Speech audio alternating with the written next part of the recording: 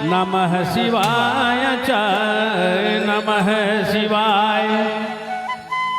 कर्पूरगौरं करुणावतारं कर्पूरगौरं करुणावतारं संसारसारं भुजगेन्द्रहारं सदा वसन्तं हृदयारविन्दे भवं भवानी सहितं नमामि।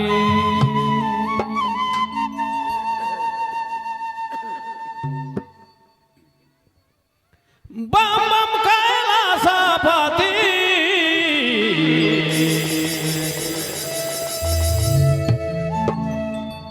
भोला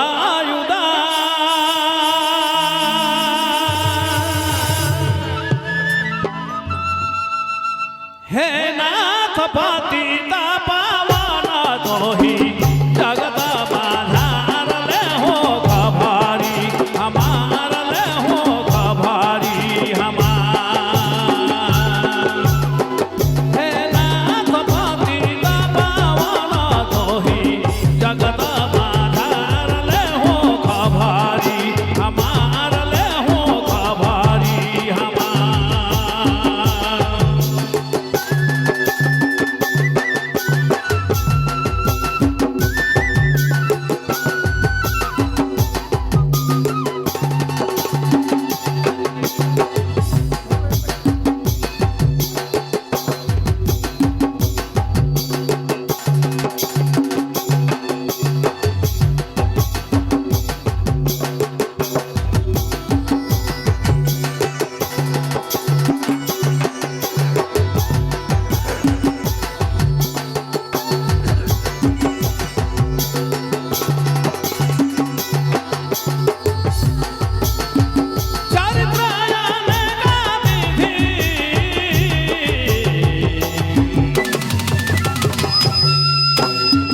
रचली संसार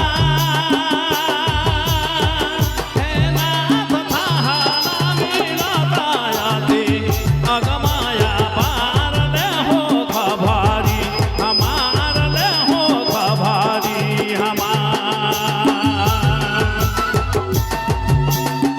हे नाथ पतिता पावन दोही जगत बाधार ले हो खभारी हमार ले हो खभारी